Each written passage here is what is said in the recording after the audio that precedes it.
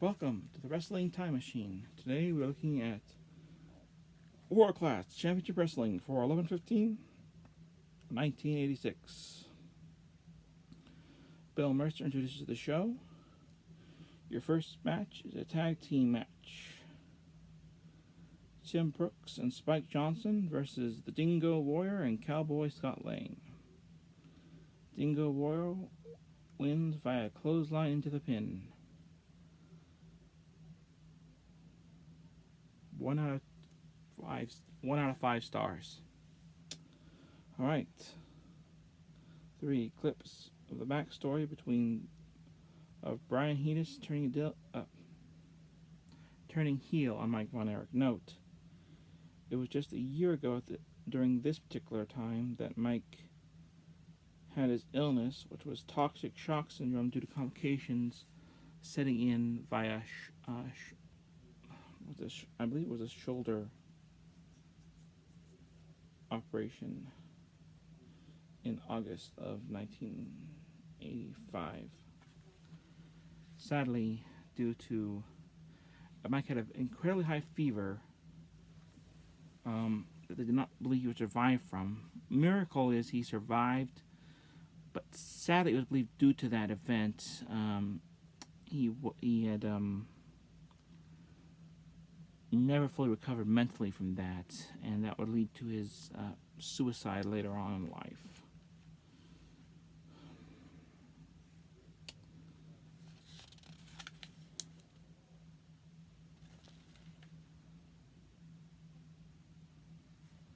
Yeah, he survived just to take his own life. Not pleasant. Okay, next up, our fourth match is Tony Atlas, the Black Superman, versus the Grappler. I believe this is I'm not sure if this is the Grappler from Portland or another Grappler. Tony wins via sleeper, 5 out of 5 stars. Next we have Buzz Mad Dog Sawyer with Percy Pringle versus Lance Von Erich, who was on the cover card there. Lance wins via DQ because Sawyer attacks him with a chain. 4 out of 5 stars. Note, Dingo saves Lance Warrior after Buzz attacks after the match, making them allies. As apparently Dingo had his own issues with Buzz Mad Dog Sawyer already. So this sets up them as kind of being allies. Crusher, aka Young Bam Bam Bigelow, versus with Larry Sharp versus Bart Button, and I believe it's Larry's Monster Factory where he was trained. So Crusher wins.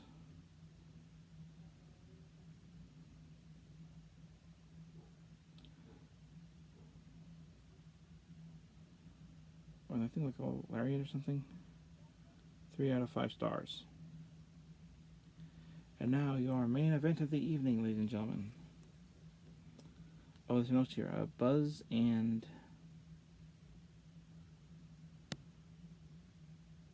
Matt Bourne are the tag team champions, being managed by Percy Pringle.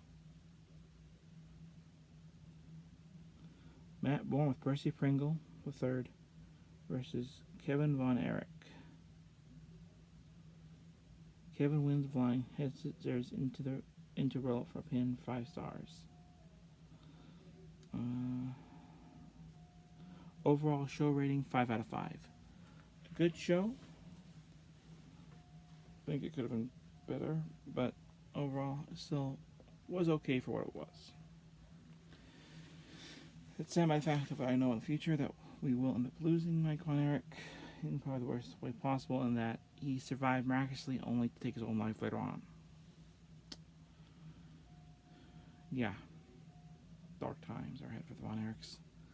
But even though I know it was still an interesting show and still worth seeking out to watch. Alright, so comment, subscribe, hit that bell icon if you're new. Let me know if you've watched any WCCW, and if so, what's your favorite year of WCCW? And who is your favorite babyface and heel? Alright, till next time, This has been the Wrestling Time Machine, taking you back in time through the era and eras of pro wrestling. Until next time, we'll catch you. We'll suplex you later.